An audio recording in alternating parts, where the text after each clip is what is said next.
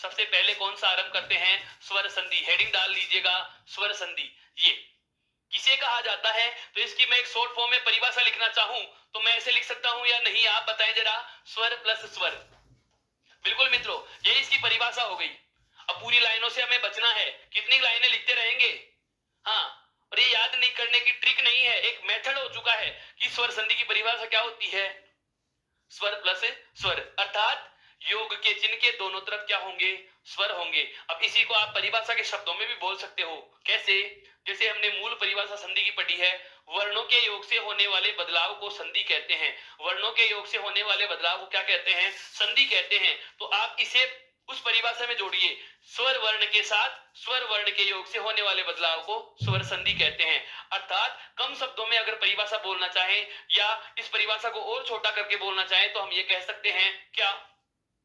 स्वर के साथ स्वर के योग से होने वाला बदलाव क्या है? स्वर संधि है। अर्थात यह हुआ कि योग के दोनों तरफ योग किसका करना है? स्वर का करना है। अब आती है दूसरी बात, स्वर संधि के प्रकारों की। ये लो, बिल्कुल हाँ, 5 ही हैं। मेरा सवाल ऐसा होता ही नहीं है कि कितने प्रकार हैं।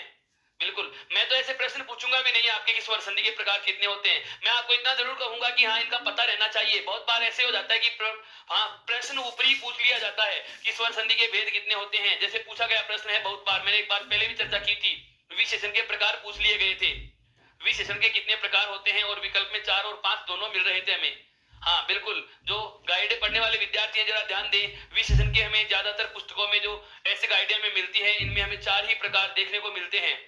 हाँ बिल्कुल, व्यवस्थित व्याकरण यदि हम हिंदी भाषा की पढ़ेंगे तो हमें पता चलता है कि विशेषण के प्रकार कितने होते हैं? 5। ठीक उसी प्रकार से हम बात करना चाहें कि स्वर संधि की परिभाषा हमें पता चल गई है, स्वर के साथ स्वर के योग से होने वाले बदलाव को स्वर संधि कहते हैं। मेरा अगला सवाल यह नहीं कि कितने प्रकार होते हैं, मेरा अगला सवाल यह है कि स्वर संधि के जो आप प्रकार बता रहे हो, स्वर संधि के जो आप प्रकार बता रहे हो कितने? 5। ये 5 ही क्यों हैं? स्वर संधि के जो आप प्रकार बता रहे हो 5 प्रकार होते हैं, तो मेरा सवाल यह नहीं है कि 5 होते हैं, मेरा सवाल यह है कि 5 ही क्यों हैं? हाँ बिल्कुल, ये 5 ही प्रकार क्यों होते हैं? इस चीज का यदि आपको पता चल गया तो समझ लेना पूरी स्वर संधि समझ में आ जाएगी। हाँ बिल्कुल, और ये कठिन भी नहीं है। आप कह दोगे कि सर हमें पता ही होता तो पढ़ते क्यों? वो वाली बात नहीं है, ये बेतुके से जवाब नहीं होने चाहिए हमारे जहन में। इसका जवाब ये है कि जो ये 5 प्रकार बनते हैं, ये 5 प्रकार इस परिभाषा में से निकल के आएंगे मित्रों। जो स्वर संधि के 5 भेद होते हैं वो पांचों भेद हम यहीं से निकालेंगे, इस परिभाषा में से निकालेंगे, कंसेप्ट को समझते हुए निकालेंगे। देखो कैसे, हमने स्वर संधि की परिभाषा में क्या लिखा है कि स्वर के साथ स्वर के योग को स्वर संधि कहा जाता है। स्वर के साथ स्वर के योग को क्या कहा जाता है? स्वर संधि कहा जाता है। लेकिन अब यहाँ पर बहुत ही ज्यादा ध्यान देने वाली बात है मित्रों। क्या? ध्यान दीजिएगा, स्वरों की संख्या कितनी होती है हिंदी में? 11। कितनी होती है? 11। अब यहाँ पर किसी निश्चित स्वर का नाम आया क्या? स्वर संधि की परिभाषा में ऐसे थोड़ी आया कि ए के बाद किसी भी स्वर के योग से होने वाले बदलाव को स्वर संधि कहते हैं, ऐसा तो नहीं आया। मेरा कहने का मतलब यह है कि यहाँ पर भी स्वर है और यहाँ पर भी स्वर है, और स्वर स्वर है तो स्वर कोई सा भी आ सकता है। 11 ही यहाँ पर है और 11 ही यहाँ पर है। मेरा कहने का आशय यह हुआ कि 11 के साथ 11 के योग से होने वाले बदलाव को क्या कहते हैं? स्वर संधि कहते हैं। हाँ बिल्कुल, बहुत डीप कंसेप्ट तक लेके जा रहा हूं आपको, ताकि हिंदी और संधि कहीं दोबारा आवश्यक ही न पड़े। जब भी आपको अपडेट करना हो उत्कर्ष ऐप के, हाँ बिल्कुल, उत्कर्ष ऐप से आप पीडीएफ अपनी प्राप्त कर सकते हैं, टेलीग्राम ऐप से पीडीएफ डाउनलोड कर सकते हैं। अभी तक आपने हमारे चैनल को सब्सक्राइब नहीं किया है तो चैनल को सब्सक्राइब कीजिए, लाइक कीजिए, कमेंट कीजिए, शेयर कीजिए, ताकि इसको एक सही दिशा और अच्छी दी जा सके। आपका प्यार और आपकी उम्मीद और आपकी अपेक्षाओं पे हम खरा उतरने की पूरी कोशिश करेंगे। बिल्कुल हाँ, तो ध्यान देने का।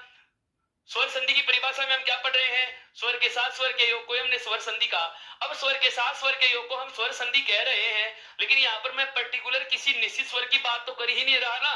11 में से कोई सा भी हो सकता है, कौन सा है कोई पता नहीं, बाद में कौन सा है कोई पता नहीं।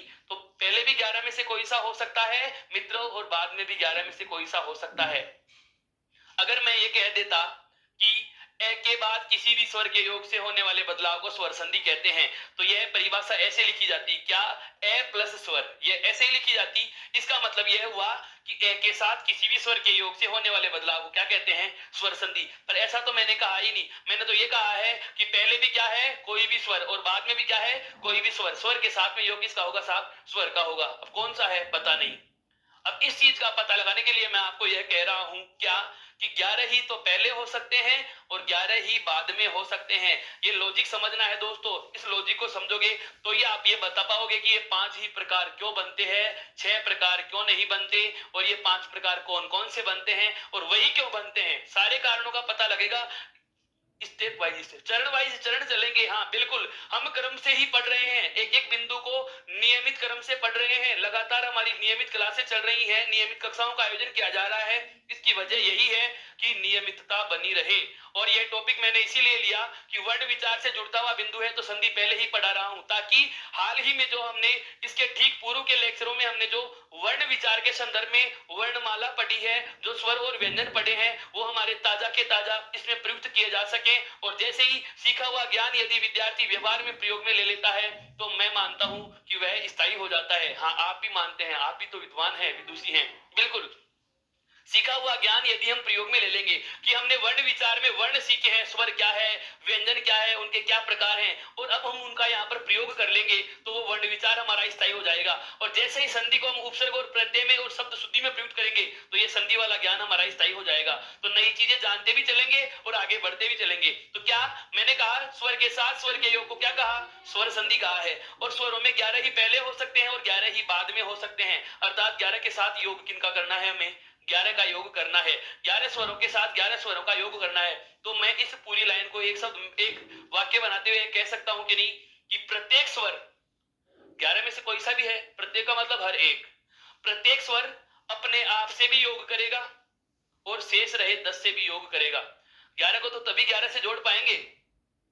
हाँ बिल्कुल, रीजनिंग में इस प्रकार के प्रश्न आते हैं।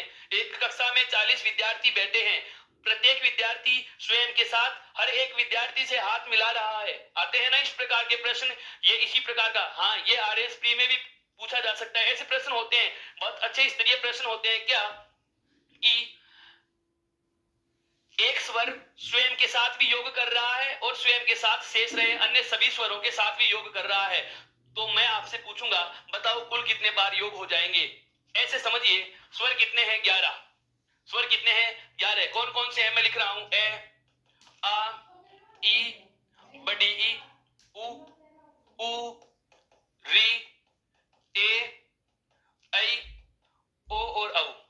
ये जो 11 स्वर हैं, इस परिभाषा के संदर्भ में इनको समझना है। अभी मैंने क्या कहा कि 11 के 11 स्वर, प्रत्येक स्वर आपस में भी योग करता है और शेष रहे अन्य सभी स्वरों के साथ भी योग करता है। 11 के 11 स्वर, स्वर प्लस स्वर को ही हमने क्या कहा है, स्वर संधि। अर्थात 11 ही पहले हो सकते हैं और 11 ही कहां हो सकते हैं, बाद में। अब इसको इस उदाहरण से समझो। जैसे मैं कहूं कि ए है, ए, ये ए स्वर स्वयं से भी योग करता है, ये ए स्वर स्वयं से भी योग करेगा, तो एक ही बार जुड़ा। फिर मैं कहूं ये आ, ए स्वर जो आ से भी योग करता है, कितने हो गए, 2। ये ऋस्व ई से भी योग करेगा, कितने हो गए, 3। फिर मैं कहूं दीर्घ ई से भी योग करेगा, कितने हो गए, 4। मतलब यह है, मेरा कहने का आशय है कि यह ए स्वर जो है, यह स्वयं के साथ साथ शेष रहे इन सभी 10 स्वरों के साथ भी योग करेगा। तो 1 + 10 अर्थात प्रत्येक स्वर कितनी बार जुड़ रहा है, 11 बार। और कुल कितने स्वर हैं, 11। अर्थात मैं ये कह सकता हूं 11 स्वर 11 बार योग करेंगे तो कुल योग कितने होंगे, 121। कितने होंगे मित्रों, 121। और मैं आपको स्वर संधि के कोई 5 प्रकार नहीं पढ़ाने वाला, मैं आपको स्वर संधि के ये कुल 121 योग पढ़ाने वाला हूं। और कितनी संख्या हो गई, समस्या आ रही है। हाँ सर, बहुत ज्यादा गहराई तक जा रहे हो, इस प्रकार की समस्या का आपको सामना करना पड़ रहा है। नहीं भाइयों, ऐसा नहीं है दोस्तों। सबसे बड़ी बात इसमें क्या है, हमें इस टॉपिक की थीम बाहर निकालनी है। इस टॉपिक का रूट बता रहा हूं, इस टॉपिक का मूल तथ्य क्या है। अगर वहां तक पहुंच गए, क्योंकि संधि को आज तक रटते ही आ रहे हैं, और यही वजह है कि हमें परीक्षा का पेपर जब देते हैं तो हमें असुविधा का सामना होता है। बहुत बार हमारा क्या होता है कि आने वाला प्रश्न या बहुत ही आसान सा समझा जाने वाला प्रश्न हल्की सी अनभिज्ञता की वजह से गलत हो जाता है, और उस गलती का हमें इतना खामियाजा भुगतना पड़ता है, हम इतने तनावग्रस्त हो जाते हैं कि उसके बाद से दिए जाने वाले उसी पेपर के और प्रश्न तथा आगे आने वाली अन्य परीक्षाएं भी प्रभावित होती जाती हैं। यदि हमारा कोई प्रश्न बहुत अच्छा जा रहा है, कोई पेपर अच्छा जा रहा है, चयन होना या न होना अलग होगा, लेकिन जो एक सकारात्मक सोच और एक जो आत्मविश्वास पैदा होता है वो तभी आएगा जब हमारा उस बिंदु पर अच्छा नियंत्रण हो, जब हमारी उस बिंदु पर बहुत अच्छी कमांड हो जाए। और कमांड कब आएगी, जब हमें ये पता चल जाएगा क्या कि ये 11 के 11 स्वर 11 के 11 स्वरों से योग कैसे करते हैं, कुल 121 प्रकार के योग कौन से हो रहे हैं, 121 योग कहने के हैं, 121 जोड़ों को हम 5 भागों में समाहित करेंगे, वो कैसे बनते हैं, देखो बात करते हैं आगे इसी संदर्भ में। देखिए हम बात कर रहे हैं क्या, स्वर संधि के प्रकार की। किसकी बात कर रहे हैं, स्वर संधि के प्रकार की। और स्वर संधि के प्रकार को समझाने के लिए सबसे पहले मैं आपको बताना चाहूंगा कि 11 के 11 स्वर, ये 11 के 11 स्वर एक दूसरे के साथ योग कैसे करेंगे, यह 11 के 11 स्वर एक दूसरे के साथ योग कैसे करते हैं, इस चीज को जरा ध्यान से देखो। मैं सबसे पहले 11 स्वर लिखना चाहूंगा, कौन कौन से हैं ये 11 स्वर मैं बहुत बार लिख दूंगा, आपको याद करने की आवश्यकता नहीं होगी, बोर्ड पर इतनी बार देख चुके होंगे कि आपकी आंखों में इनकी तस्वीर समा जाएगी। बिल्कुल 11 के 11 स्वर आपको बार बार दोहराने की या स्वयं को प्रैक्टिस में लाने की आवश्यकता नहीं है, ये आपको बिना अभ्यास के भी याद हो जाएंगे, क्योंकि हमारी आंखों में जो, या हम कह सकते हैं मस्तिष्क में जो चित्रात्मकता का गुण पाया जाता है कि हमारी आंखों के सामने जो चीज आती है उनकी तस्वीर सी हमारे जहनों दिमाग में छप जाती है, वो वाली स्थिति यहाँ होगी, क्योंकि इतनी बार लिख दूंगा कि आपको याद से हो जाएंगे। सबसे पहले मैं बात कर रहा हूँ, संख्या कितनी हो गई, 11, ए आ ई उ री, ए आई ओ और औ, ये 11 स्वर हैं। मेरा कहना क्या था, स्वर संधि के प्रकार से पहले परिभाषा हम क्या पढ़े हैं, स्वर के साथ में योग किसका होगा, स्वर का, स्वर के साथ में योग किसका होगा, स्वर का। और मैं यह भी कह रहा हूं कि पहले भी 11 में से कोई सा हो सकता है और बाद में भी 11 में से कोई सा हो सकता है, अर्थात 11 के 11 स्वर एक आपस में सभी के साथ योग करेंगे। अब वो योग आरंभ करते हैं। देखो सबसे पहले मैं बात करूंगा किसकी, ए की। सबसे पहले जैसे मैं कहूं कि ए को किससे जोड़ेंगे, ऐसे ही जोड़ लेंगे। बताओ ए अपने आप से जुड़ा कि नहीं जुड़ा, जुड़ गया। उसके बाद मैं योग करूंगा ए का किससे, आ से। ए का योग किससे करेंगे, आ से करेंगे, तो हम कह देंगे ए प्लस आ। अब ए और आ आपस में योग कर चुके, एक समूह बन गया ए और आ का। तो जैसे ए स्वयं से भी जुड़ गया, ए स्वयं से भी जुड़ गया और ए आ से भी जुड़ गया, ए आ से भी जुड़ गया, ठीक उसी प्रकार से आ भी तो ऐसे जुड़ेगा, तो हम लिख देंगे आ के साथ योग किसका हो सकता है, ए का, या फिर ये खुद से जुड़ सकता है, आ के साथ में योग किसका हो सकता है, आ का। मेरा कहने का मतलब यह है कि ए और आ को आप किसी भी प्रकार से योग कराएं, ए और आ को आप किसी भी प्रकार से योग कराएं, चाहे पहले ए आए चाहे पहले आ आए, समझ रहे हो, चाहे पहले ए आए और चाहे पहले आ आए, और बाद में भी चाहे बाद में ए आए और चाहे बाद में आ आए। इसको मैं कॉमन लेते हुए ये भी तो कह सकता हूं, कॉमन लेते हुए ऐसे तो लिख सकते हैं, देखो इधर क्या है, ए और ए या फिर आ और आ, तो हम यह लिख सकते हैं या नहीं, ए या आ, क्या लिख सकते हैं, ए या आ। और इधर देखिए यहां पर क्या है, ए या फिर क्या है, आ, अर्थात बाद में भी क्या है, ए या आ। तो इस पूरी की पूरी पंक्ति को या इन चारों सूत्रों को मैं एक फॉर्मेट में ऐसे बोल सकता हूं कि नहीं, कि ए और आ का यह समूह है पहले या बाद में। ए और आ का जो समूह है वह आपस में पहले या बाद में कोई सा भी हो, चाहे पहले ए आए चाहे पहले आ आए, चाहे बाद में ए आए चाहे बाद में आ आए, किसी भी प्रकार से योग करता है तो इन सभी प्रकार के योगों का एक ही परिणाम निकलता है, कौन सा, आ। मित्रों कौन सा परिणाम निकलता है, आ। मेरा कहने का मतलब यह हुआ कि ए और आ का जब स्वर समूह आपस में योग करता है, ए और आ का स्वर समूह जब आपस में योग करता है तो ये परिणाम निकलता है कौन सा, आ। कौन सा परिणाम निकलता है, आ बनता है। बताओ यह बात समझ में आई कि नहीं आई, कैसे, चाहे ए के साथ में ए जुड़े तो भी आ बनेगा, चाहे ए के साथ में आ जुड़े तो भी आ बनेगा, चाहे आ के साथ में ए जुड़े तो भी आ बनेगा, और चाहे आ के साथ में आ जुड़े तो भी क्या बनेगा, आ ही बनेगा। यहां तक की बात समझ में आई। अभी तक मैंने केवल एक जोड़ा बनाया है किसका, ए और आ का। अब आगे बढ़ रहा हूं।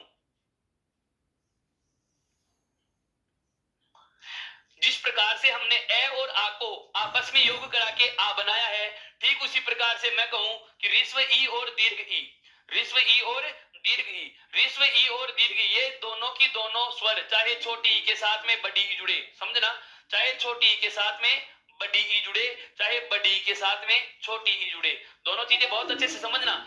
जैसे यहां जोड़े थे चार सूत्र, वही यहां पर बोल रहा हूं कि चाहे छोटी ई के साथ में बड़ी ई जुड़े, चाहे बड़ी ई के साथ में छोटी ई जुड़े, चाहे छोटी ई से जुड़े और चाहे बड़ी ई से जुड़े। तो इसका मतलब यह हुआ कि चाहे छोटी ई और चाहे बड़ी ई, और बाद में भी चाहे छोटी ई हो या बड़ी ई हो, अर्थात ई या बड़ी ई और बड़ी ई के साथ में योग कर रही हैं। कैसे? चाहे छोटी ई को छोटी ई से जोड़ो, चाहे छोटी ई को बड़ी ई से जोड़ो, चाहे बड़ी ई को छोटी ई से जोड़ो और चाहे बड़ी ई को बड़ी ई से जोड़ो। इन सभी योग प्रकार के योगों का एक ही परिणाम होता है और वह परिणाम होता है क्या? दीर्घ ई। क्या होता है दोस्तों? दीर्घ ई। इसके पहले अभी हमने देखा जैसे ए और आ को हमने योग किससे करवाया? ए और आ से। तो परिणाम हमारे पास क्या निकल के आया था? आ। परिणाम हमारे पास क्या निकल के आया था? आ। वही वाली बात हमारे को यहाँ भी पता चल रही है हमें, कौन सी? कि ऋस्व ई या दीर्घ ई के साथ में ऋस्व ई या दीर्घ ई को जोड़ते हैं तो परिणाम सदैव क्या निकल के आता है? दीर्घ ई निकल के आता है। दोस्तों दूसरा जोड़ा बन चुका है, यानी कि ए और आ आपस में जुड़ चुके, ई और बड़ी ई आपस में जुड़ चुके। चाहे ए और आ के साथ में, ए और आ में पहले बाद में चाहे ए लिखो चाहे बाद में ए लिखो, ए और आ को किसी भी प्रकार से आगे पीछे उल्टा पुल्टा करके जोड़ो, परिणाम हमेशा कौन सा आएगा? आ। परिणाम हमेशा क्या आएगा? आ। ठीक उसी प्रकार से छोटी ई और बड़ी ई में से आगे पीछे कोई सी भी योग करती है, चाहे छोटी छोटी से जुड़े चाहे छोटी बड़ी से जुड़े, चाहे बड़ी से जुड़े चाहे बड़ी छोटी से जुड़े, परिणाम हमेशा क्या आएगा? बड़ी। परिणाम हमेशा क्या आएगा? बड़ी। आगे बढ़ रहा हूं, ठीक उसी प्रकार से क्या? ऊ और बड़ा ऊ का समूह होगा। क्या? कि चाहे छोटा ऊ बड़े ऊ से जुड़े, चाहे बड़ा ऊ छोटे ऊ से जुड़े। वापस से समझना, चाहे छोटा ऊ बड़े ऊ से जुड़े और चाहे छोटा ऊ खुद छोटे ऊ से जुड़ जाए, चाहे बड़ा ऊ बड़े ऊ से जुड़े और चाहे बड़ा ऊ छोटे ऊ से जुड़े, सभी का परिणाम एक ही होगा। क्या? बड़ा ऊ। वही वाली बात आ गई, छोटा ऊ बड़ा ऊ। इधर भी क्या है? देखो बड़ा ऊ है और ये क्या है? छोटा ऊ है। मेरा मतलब यह है कहने का कि सॉरी ऋस्व ई या ऋस्व ई ऊ या दीर्घ ऊ के साथ में ऋस्व ऊ या दीर्घ ऊ को कैसे भी आप योग कराएं, पहले बाद में कोई भी हो, यदि ऋस्व ई ऊ और दीर्घ ऊ, छोटा ऊ और बड़ा ऊ पहले बाद में किसी के साथ में भी कोई सा योग कर रहा है, चाहे छोटे ऊ के साथ छोटा ऊ हो, चाहे बड़े ऊ के साथ में बड़ा ऊ हो, चाहे बड़े ऊ के साथ छोटा ऊ आए, चाहे छोटे ऊ के साथ बड़ा ऊ आए, अगर समान ये जुड़ रहे हैं, चाहे छोटे ऊ के साथ में छोटा ऊ हो ऐसे, चाहे छोटे ऊ के साथ बड़ा ऊ हो, या मैं कहूं चाहे बड़े ऊ के साथ छोटा ऊ हो, चाहे बड़े ऊ के साथ बड़ा ऊ हो, इन सभी का परिणाम जो होगा वो क्या होगा दोस्तों? दीर्घ ऊ। वो क्या होगा? दीर्घ ऊ होगा। वापस से सुनना कि छोटे ऊ को छोटे ऊ से जोड़े, चाहे छोटे ऊ को बड़े ऊ से जोड़े, चाहे बड़े ऊ को छोटे से जोड़ो, चाहे बड़े ऊ को बड़े ऊ से जोड़ो, परिणाम हमेशा क्या आएगा? बड़ा ऊ ही आएगा। क्या आएगा? बड़ा ऊ ही आएगा। अब यहाँ पर बात आ गई है क्या कि जैसे हमने ए और आ को जोड़ के क्या बनाया? आ बनाया। ए और आ को जोड़ के क्या बनाया? आ। ठीक उसी प्रकार से ऋस्व ई और दीर्घ ई को जोड़ करके हमने क्या बना ली? दीर्घ ई। ठीक उसी प्रकार से हमने यहाँ पर ऋस्व ऊ और दीर्घ ऊ को जोड़ के क्या बना लिया? दीर्घ ऊ बना लिया। क्या बना लिया? दीर्घ ऊ बना लिया। यहां तक की बात आपके समझ में आ गई क्या? बहुत अच्छे से समझ में आई। क्या समझ में आई? कि ए आ को, ई बड़ी ई को और ऊ बड़े ऊ को इनके साथ के स्वरों के साथ जोड़ा, इनकी समान समूह के साथ जोड़ा। ए आ को ए आ से जोड़ा है, ई बड़ी ई को ई बड़ी ई से जोड़ा है, ऊ बड़े ऊ को ऊ बड़े ऊ से जोड़ा है। तो मेरा कहने का मतलब यह है कि जब ए और आ, ई और बड़ी ई, ऊ और बड़ा ऊ अपने समान स्वर के साथ जुड़ रहे हैं, किसके साथ जुड़ रहे हैं? समान स्वर के साथ जुड़ रहे हैं। तो ये कौन से स्वर में बदल रहे हैं? देखो, ए, छोटी ई और छोटा ऊ, ये तो है ऋस्व स्वर, ये तो क्या है? हर्षस्व स्वर। और ये आ, बड़ी ई और बड़ा ऊ, ये क्या है? दीर्घ स्वर। आ, बड़ी ई और बड़ा ऊ क्या है? दीर्घ स्वर। मेरा कहने का मतलब यह हुआ कि जब ए आ को, ई बड़ी ई को और ऊ बड़े ऊ को समान स्वर के साथ जोड़ा जाता है तो ये अपने बड़े स्वर में बदल जाते हैं, दीर्घ स्वर में बदल जाते हैं, जिसे पहला संधि का नाम दिया जाता है मित्रों, कौन सा? दीर्घ स्वर संधि। समझ में आई? मेरा कहने का मतलब क्या है? यहाँ पर हमने पहली संधि का प्रकार निकाल लिया है। स्वर संधि का पहला प्रकार कौन सा? दीर्घ स्वर संधि। दीर्घ स्वर संधि से क्यों कहा? क्योंकि ए और आ का, ई और बड़ी ई का, ऊ और बड़े ऊ का अपने समान स्वर के साथ योग होता है तो परिवर्तन बड़े स्वर में हो रहा है, दीर्घ स्वर में हो रहा है, बड़े स्वर में हो रहा है या दीर्घ स्वर में हो रहा है, इसीलिए इसको हमने नाम क्या दे दिया है? दीर्घ स्वर संधि कह दिया है। अब इतनी सारी बड़ी बात अब याद नहीं होती तो इसको एक लॉजिक से भी समझ सकते हो। कैसे? मैंने अभी अभी क्या बताया आपको, देखो एक बार इस चीज को मैं पूरा इरेज करके वापस से लिख दूंगा।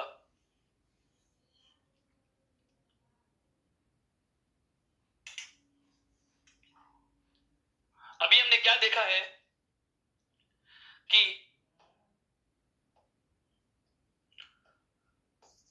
ए या आ के साथ में योग किसका किया, ए या आ का, कैसे भी जुड़ रहे हो, परिणाम हमारे पास क्या आया, आ। उसके बाद में अगला जोड़ा कौन सा लिया, ई और बड़ी का, अर्थात ऋस्व ई या दीर्घ ई के साथ में ऋस्व ई या दीर्घ ई जुड़ती है तो परिणाम क्या आया, दीर्घ ई। फिर मैं कहूं हर्स्व उ या दीर्घ उ के साथ में हर्स्व उ या दीर्घ उ का योग होता है तो परिणाम क्या रहा है, दीर्घ उ। अब ध्यान देने वाली बात है, मैं इतनी बड़ी लाइनें भी न बोलूं तो क्या मैं ये कह सकता हूं या नहीं कि यदि ए आ, यदि ए आ ई बड़ी ई और उ बड़ा उ, यदि ए आ ई बड़ी ई और उ बड़ा उ अपने समान स्वर से जुड़े, समान का मतलब क्या हुआ, ए आ के सामने ए आ होगा, ई बड़ी के सामने ई बड़ी ई होगी और उ बड़े उ के सामने उ बड़ा उ होगा। यदि ए आ ई बड़ी ई और उ बड़ा उ अपने समान स्वर से जुड़ते हैं तो ये सदैव दीर्घ में बदल जाते हैं। किस में बदल जाते हैं, दीर्घ में बदल जाते हैं, ये दीर्घ में बदल जाते हैं। देखो ए और आ जुड़ करके, ए और आ जुड़, आ के साथ जुड़ने पे आ ही बदला, ई और बड़ी के साथ जुड़कर किस में बदली, बड़ी ई में ही बदलती हैं, और उ और बड़ा उ और बड़े उ के साथ में जुड़कर किस में बदले हैं, बड़े उ में ही बदले हैं। अर्थात समान स्वरों का योग जब हम करते हैं तो परिवर्तन दीर्घ स्वर में होता है, समान स्वरों का जब हम योग करते हैं तो परिवर्तन दीर्घ स्वर में होता है। और ऐसा करना ही क्या कहलाता है, दीर्घ स्वर संधि। ऐसा करना ही क्या कहलाता है दोस्तों, दीर्घ स्वर संधि। अभी तक हमने केवल कितने जोड़े बनाए हैं, 3। कहने का मतलब ए और आ को आपस में योग करवाया है, ई बड़ी को ई बड़ी से जोड़ा है, उ बड़े को उ बड़े से जोड़ा है। अब इतनी सारी बात भी याद न रखो तो इसका और शॉर्ट फॉर्म कर सकते हैं, क्योंकि हमें बड़ा पता, मेथड पता चल चुका, कंसेप्ट का पता चल चुका। अब इसको छोटे शब्दों में आप समाहित करना चाहें तो आप ये कह सकते हैं क्या, कि जैसे ये हर्ष स्वर है, ए छोटी ई और छोटा ऊ, और आ बड़ी ई और बड़ा ऊ, ये दीर्घ स्वर है। जैसे मैं कहूं कि ये छोटा भाई है और ये बड़ा भाई है, जैसे ये छोटे भाई हैं और ये बड़े भाई हैं। अब चाहे छोटा भाई मार्केट में जाकर के कोई चीज पसंद करता हो, चाहे बड़ा भाई मार्केट में कोई चीज पसंद करता हो, पैसे हमेशा बड़े को देने पड़ रहे हैं। अर्थात चाहे छोटा किसी से भी योग करे और चाहे बड़ा किसी से भी योग करे, आंसर हमेशा जो आएगा वो क्या आएगा, बड़ा ही आएगा, दीर्घ में ही परिवर्तन होगा। ये दोस्तों बहुत अच्छे से समझ में आ चुका होगा। अभी तक मैंने क्या किया है, ए और आ का खुद का जोड़ा बनाया है, ई बड़ी का जोड़ा बनाया है, उ बड़े का जोड़ा बनाया है। अब बात आती है आपके ध्यान में आ रहा है कि सर री का भी बना लो। देखो मित्रों, री हमारे जो हिंदी में हम पढ़ते हैं, ये री जो है वो है हर्स्व स्वर। ये कौन सा है, हर्स्व या छोटा स्वर है, एक मात्रा का है। बड़ी री भी होती है, बड़ी री भी होती है, दीर्घ री भी होती है। दीर्घ री को कैसे लिखा जाता है, यदि ऐसे तरह के बाद में 2 बार गुंडियां लगा के लिख दी जाए, यदि 2 बार गुंडी लगा के लिख दिया जाता है, यहाँ पर देखो ये गुंडी एक ही है और यहाँ पर ये 2 बार है, हल की तरह गुंडी लगा के लिख दिया जाए तो ये होती है दीर्घ री, जो संस्कृत व्याकरण में चलती है। और संस्कृत व्याकरण या मूल व्याकरण की बात करी जाए तो मूल व्याकरण में दीर्घ संधि में 4 फॉर्मेट चलते हैं, 3 तो ये वाले और चौथा री और री के साथ में बड़ी री बनाना। तो बड़ी री हमारे हिंदी व्याकरण में नहीं चलती, इसलिए हम इसका अध्ययन नहीं करेंगे। अतः जोड़ा जोड़ने का काम यहीं पर रुक जाता है। समान समूह स्वर समूह के योग के केवल 3 समूह ही बनाएंगे। कहां के, ए आ के, ई बड़ी ई के और उ बड़े उ के। यहां तक की बात आपके समझ में आ चुकी क्या मित्रों, बहुत अच्छे से क्लियर हो गया ये वाला पोर्शन। अब इसके बाद आगे बढ़ रहे हैं, देखो कैसे, ए और आ को, ई और बड़ी को, उ और बड़े को आपस में जोड़ के तो क्या बना लिया, बड़ा या दीर्घ स्वर यानी कि दीर्घ संधि। अब मैं बात कर रहा हूं ए और आ की अन्य स्वरों के साथ, क्योंकि मैंने अभी अभी कहा था और आपने भी इस बात को बहुत अच्छे से स्वीकार किया है क्या, कि प्रत्येक स्वर अपने आप के साथ साथ शेष रहे अन्य सभी स्वरों से भी योग करता है। प्रत्येक स्वर अपने साथ साथ शेष रहे अन्य सभी स्वरों से भी योग करता है। जैसे मैं कहूं कि ए और ए को, ए या आ को आपस में योग करा के हमने दीर्घ संधि में क्या बनाया है, अभी अभी आ बनाया है। क्या बनाया है दोस्तों, आ बनाया है। वापस से बता रहा हूं, ए और आ को आपस में योग करा के हमने क्या बना लिया, आ। इसका मतलब ए और आ आपस में जुड़ चुके। अब हम लेंगे क्या, ए और आ का योग किसके साथ, ई बड़ी के साथ। ए और आ का योग किसके साथ में होगा, ई और बड़ी ई के साथ में। तो ए या आ को मैं योग कराऊंगा ई या बड़ी ई के साथ। अब इस सूत्र को भी हम 4 प्रकार से खोल रहे हैं, एक एक चीज पे ध्यान देना। कैसे, चाहे ए को मैं छोटी ई से जोड़ूं, अर्थात क्या हो जाएगा, ए योग छोटी ई। चाहे मैं ए को बड़ी ई से जोड़ूं तो योग क्या हो जाएगा, ए प्लस बड़ी ई। यहां तक दोनों चीजें समझ में आई। मैंने क्या लिखा, ए या आ का योग किससे कराना है, मतलब इस स्वर समूह को। मेरा कहने का मतलब यह है कि दीर्घ संधि में तो क्या पढ़ा है हमने, ए या आ प्लस ए या आ। ए या आ को ए या आ से जोड़ लिया, ए और आ को ए आ से तो जोड़ लिया, ए आ को ए आ से जोड़ लिया, अब ई बड़ी से जोड़ेंगे, इसके बाद ऊ बड़े से जोड़ेंगे, इसके बाद वी से जोड़ेंगे, इसके बाद ए आई से जोड़ेंगे और अंत में किससे जोड़ देंगे, ओ और औ से। तो ए और आ का योग सबसे हो जाएगा। देखो तो हमने खुद से जोड़ने के बाद आगे वाले से योग आरंभ किया कि चाहे ए को ई से जोड़ो छोटी से, चाहे ए को दीर्घ ई से जोड़ो, चाहे आ को हर्स्व ई से जोड़ो, चाहे आ को हर्स्व दीर्घ ई से जोड़ो, इन सभी का जो परिणाम होता है वो होता है मित्रों ए। इन सभी का जो परिणाम आएगा वो क्या आएगा, ए आएगा। मेरा कहने का मतलब यह हुआ कि जब ए और आ का योग, कि जब ए और आ का योग ई और बड़ी से कराया जाए तो बनेगा क्या, ए। और ये चीज मैंने आपको कल उच्चारण स्थान जब पढ़े थे हम, उस समय भी ये बात बताई थी। जब हम ए का उच्चारण स्थान निकाले थे उस समय मैंने आपको बताया था कि ए और ई के जुड़ने से ए बनता है, तो ए और ई का उच्चारण स्थान जोड़ के ए का उच्चारण स्थान बना सकते हैं। गुण संधि की मैं बार बार बात कर रहा था, वो यहीं से उठाया था मैटर। अब समझ में आ रहा है, चीजें जुड़ती हैं, चीजें जुड़ती हैं, मैं बार बार कह रहा हूं। कोई भी एक चीज एक जगह स्वतंत्र नहीं है। हिंदी व्याकरण के सारे टॉपिक आपस में गुथे हुए हैं, हम उनको अलग अलग करते हुए कोरिलेटेड करके पढ़ेंगे, हम उनको स्वतंत्र बिंदु का नाम देते हुए जोड़कर पढ़ेंगे। देखो कैसे, ए और आ को ए और आ से जोड़ के तो आ बना लिया, ये तो हो गई दीर्घ संधि। फिर मैंने क्या किया, ए और आ का योग किससे करा लिया, ई और बड़ी से, तो क्या बना लिया, ए। क्या बना लिया, ए। अब आगे आएगा किसका नंबर, ए और आ के साथ योग किसका होगा, बिल्कुल बिल्कुल ऊ या बड़े ऊ का। मित्रों कोई जल्दबाजी नहीं करनी, हमें आराम आराम से समझना है इन चीजों को, बहुत अच्छे से कंसेप्ट क्लियर हो जाएगा, उसके बाद पढ़ने का मजा भी आता है। तो आगे वाला बिंदु क्या आ गया कि यदि ए और आ का योग, यदि ए और आ का योग हमें ऊ और बड़े ऊ से कराना है, जैसे ए और आ को ई और बड़ी से जोड़ के क्या बना लिया, ए। ए और आ का योग ई और बड़ी से जोड़ के क्या बना लिया, ए। अब आता है ए और आ का योग ऊ और बड़े ऊ से कराएं, अर्थात ए और आ का जोड़ा ऊ और बड़े ऊ से जोड़ना हो, तो परिणाम क्या आता है मित्रों, ओ। परिणाम क्या आता है, ओ। चाहे फिर ए छोटे ऊ से जुड़ता हो, चाहे ए बड़े ऊ से जुड़ता हो, चाहे आ छोटे ऊ से जुड़े, चाहे आ बड़े ऊ से जुड़े, इन सभी का परिणाम क्या आएगा, ओ। देखो अभी तक हम बात कर रहे हैं केवल ए और आ की। ए और आ से जुड़ चुका दीर्घ संधि में, ए और आ को ई बड़ी से जोड़ लिए, ए और आ को ऊ बड़े ऊ से जोड़ लिए, क्या बना दिया, ओ। अब आता है ए और आ का नंबर किसके साथ योग कराने का, री के साथ। तो हम लिखेंगे क्या, ए या आ को हम किससे जोड़ेंगे, री से, और बनता क्या है, अर। बनता क्या है, अर बनता है। जब ए या आ के साथ री का योग होता है तो परिणाम क्या प्राप्त होता है दोस्तों, अर प्राप्त होता है। अब यहां पर ध्यान रखना, ये रेवर्ण हलंत रहेगा, रेवर्ण आधा होगा। संधि चाहे स्वर हो, संधि चाहे व्यंजन हो, या संधि चाहे विसर्ग हो, वापस से सुनना, संधि चाहे स्वर हो, संधि चाहे व्यंजन हो, संधि चाहे विसर्ग हो, यदि आप वर्ण बदल करके व्यंजन बना रहे हैं, यदि आप विकार के रूप में या परिवर्तन करके व्यंजन बना रहे हैं, तो बनने वाला व्यंजन सदैव आधा ही होगा। ये क्यों होता है, हाँ बिल्कुल, ये आपके जहन में सवाल आना लाजमी था कि ये आधा ही क्यों होता है। दोस्तों अगर इसे आप पूरा बना लोगे तो ये आगे वाले वर्ण से फिर संधि कर बैठेगा, अतः संधि का प्रकार प्रभावित होता है, अतः बनने वाला वर्ण सदैव क्या होता है, स्वर रहित ही रहेगा। बनने वाला वर्ण क्या होगा, सदैव स्वर रहित ही रहेगा। मैं जो बोल रहा हूं एक एक शब्द को ध्यान से सुनना। मैं आरंभ कर चुका हूं प्रत्येक स्वर को प्रत्येक स्वर के साथ योग कराना, हर एक स्वर के साथ योग कर रहा है, जिसमें ए और आ को ए और आ से जोड़ के हमने कौन सी संधि का नाम लिया, दीर्घ का। फिर ए और आ को मैंने ई बड़ी से जोड़ के क्या बना दिया, ए। फिर ए और आ को ऊ बड़े से जोड़ के क्या बना दिया मित्रों, ओ। क्या बना दिया, ओ। उसके बाद ए और आ को री से जोड़ के हम क्या बना लेंगे, अर। क्या बना लेंगे, अर। फिर जैसे ही ए और आ को ए आई से जोड़ते हैं, ए और आ को ए आई से मैं इधर लिख रहा हूं जोड़कर, जब ए या आ को ए या आई के साथ योग कराते हैं तो दोस्तों बनता है आई। क्या बनता है, आई। अब देखो इस ए में आई में क्या है, ऊपर मात्रा जो संकेत है, ए की मात्रा के लिए अपन ए ऐसे लिख रहे हैं और आई के लिए एक मात्रा लगा रहे हैं, अर्थात मात्रा अलग कर रही है इन दोनों को, मात्रा से हम इन दोनों में अंतर कर रहे हैं। ऐसे ही ए और आ को ओ और औ से जोड़ेंगे तो क्या बनेगा, देखो ए या आ को हम यदि ओ और औ से जोड़ते हैं, ओ और औ से जोड़ते हैं तो दोस्तों बनता है क्या, औ बनता है। क्या बनता है, औ। यहां पर भी एक मात्रा लगा रखे हैं हमने, ये रहा, ऊ के साथ में तो ओ, और यहां पर क्या बना लिया है, औ बना लिया है।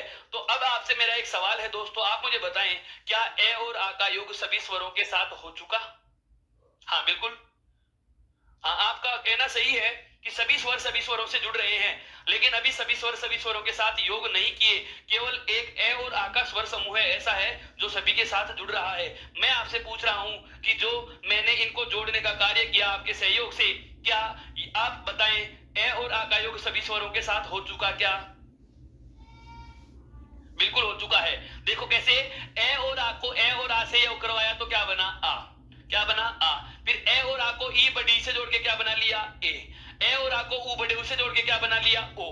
ए और आ को री से जोड़ के क्या बना लिया? अर। ए और आ को ए आई से जोड़ के क्या बना लिया? आई। और ए आ को औ से जोड़ के क्या बना लिया? औ बना लिया है। अब एक बात सुनकर आपको आश्चर्य होगा दोस्तों, यहां तक स्वर संधि के 3 प्रकार पूरे हो जाते हैं। वो कैसे हो रहे हैं उस चीज को समझिए। एक बार देखो, मैं इसको मिटा रहा हूं।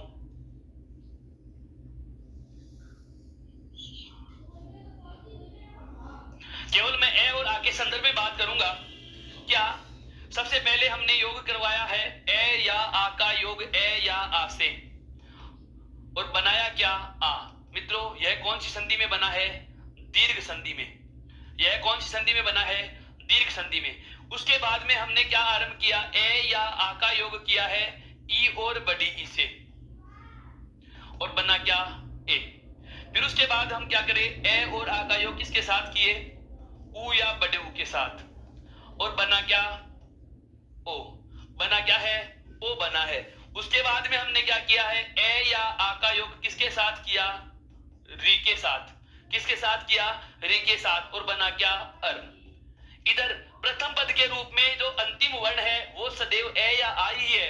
मैं ए और आ को सारी ए आ ई जो स्वरों का समूह है इन सभी के साथ जोड़ रहा हूं, सभी संधियों में से निकाल निकाल के लेके आ रहे हैं। मैं ये कहूं कि ए और आ का स्वर समूह है। मैंने शुरू में एक लाइन जो आपके सामने बोली थी, क्या? कि प्रत्येक स्वर सभी स्वरों के साथ योग करेगा। मैंने प्रारंभ में एक पंक्ति आपको कही थी, क्या? कि प्रत्येक स्वर सभी स्वरों के साथ योग करता है। वही वाली बात आरंभ कर रहे हैं, उसी सेगमेंट को आगे बढ़ाते हुए मैंने कहा है क्या?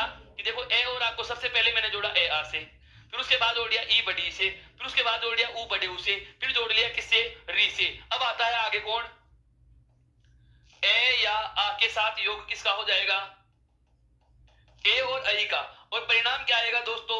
आई आएगा। परिणाम क्या आएगा? आई। और उसके बाद में आता है ए या आ का योग हम किसके साथ में करेंगे? ओ और औ के साथ में। किसके साथ में करेंगे? ओ और औ के साथ में। और परिणाम क्या आ जाएगा दोस्तों? औ आ जाएगा। अब ध्यान देने वाली बात यह है कि प्रथम पद के रूप में सभी समूहों में, प्रथम पद के रूप में सभी समूहों में हमें क्या मिल रहा है? ए और आ ही मिल रहा है। क्या मिल रहा है? ए और आ ही मिल रहा है। अर्थात ए और आ का योग हम कर रहे हैं किसके साथ? अन्य के साथ। देखो, पूरी ए आ ई के साथ ए और आ का योग हुआ। ए आ ई बड़ी ई ऊ बड़ा ऊ री, ए आई ओ औ। हो चुका कि नहीं? अब जब ए और आ के साथ में ए और आ का योग करते हैं तो ध्यान से सुनना, जब समान स्वर का समान स्वर के साथ योग होता है तो ये समान स्वर अपने दीर्घ स्वर में बदल जाता है, जिसे हमने नाम क्या दिया है?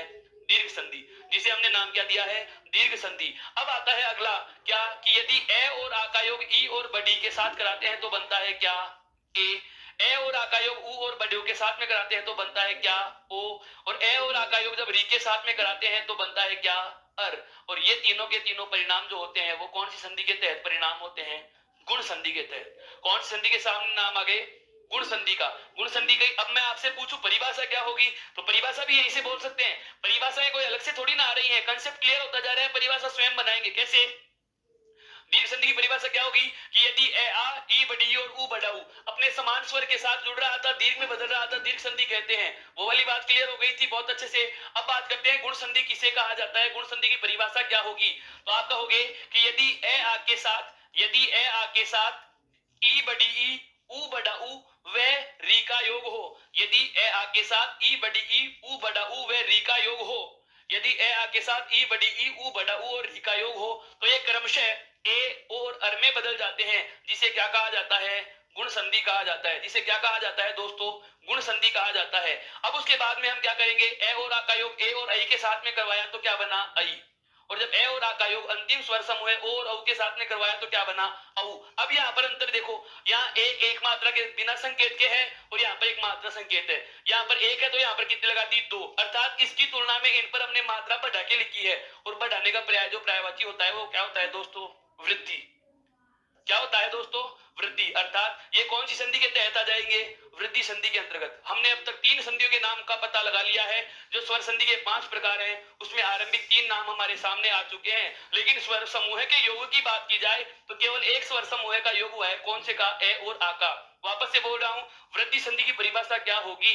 तो आप कहोगे कि यदि ए और आ के साथ ए आई और ओ औ का योग हो, यदि ए और आ के साथ ए आई और ओ औ का योग हो तो ये क्रम से आई और औ में बदल जाते हैं, इसे वृद्धि संधि कहा जाता है। मेरा कहने का मतलब यह है कि ए और आ का योग हम स्वयं के साथ साथ ए और आ का योग स्वयं के साथ साथ शेष रहे सभी स्वरों के साथ भी करा चुके हैं। और अब तक हमारे सामने स्वर संधि के कितने प्रकार निकल के आ गए? 3। कितने प्रकार निकल के आ गए? 3। अब हमारा जो आगे वाला योग आरंभ होगा वो किसका होगा?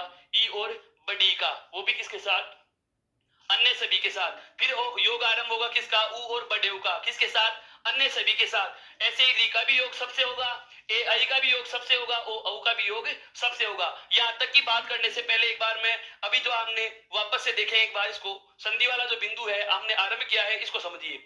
मैंने आपको कहा कि हिंदी भाषा में नए शब्द बनाने की या शब्द संरचना की कितनी इकाइयां थी? 4। सबसे पहली कौन सी आती है? संधि। उसके बाद कौन सी आती है? समास। उसके बाद में कौन सी आती है? उपसर्ग। और अंतिम कौन सी आती है? प्रत्यय। और इन चारों जो शब्द संगठना की इकाइयां हैं, शब्द संरचना की जो 4 इकाइयां हैं, उनमें सबसे पहला बिंदु हमने आरंभ कौन सा किया है? संधि। संधि क्या होती है दोस्तों? ये संधि जो शब्द है वो कैसे बनता है? तो उसके लिए हमने पता लगाया कि संधि जो शब्द है वह सम प्लस धी से बनता है। किसे बनता है? सम प्लस धी से बनता है। और स्वयं संधि शब्द में कौन सी संधि होती है? व्यंजन संधि होती है। कौन सी संधि होती है? व्यंजन संधि होती है। उसके बाद हमें पता चला कि संधि की परिभाषा क्या होती है?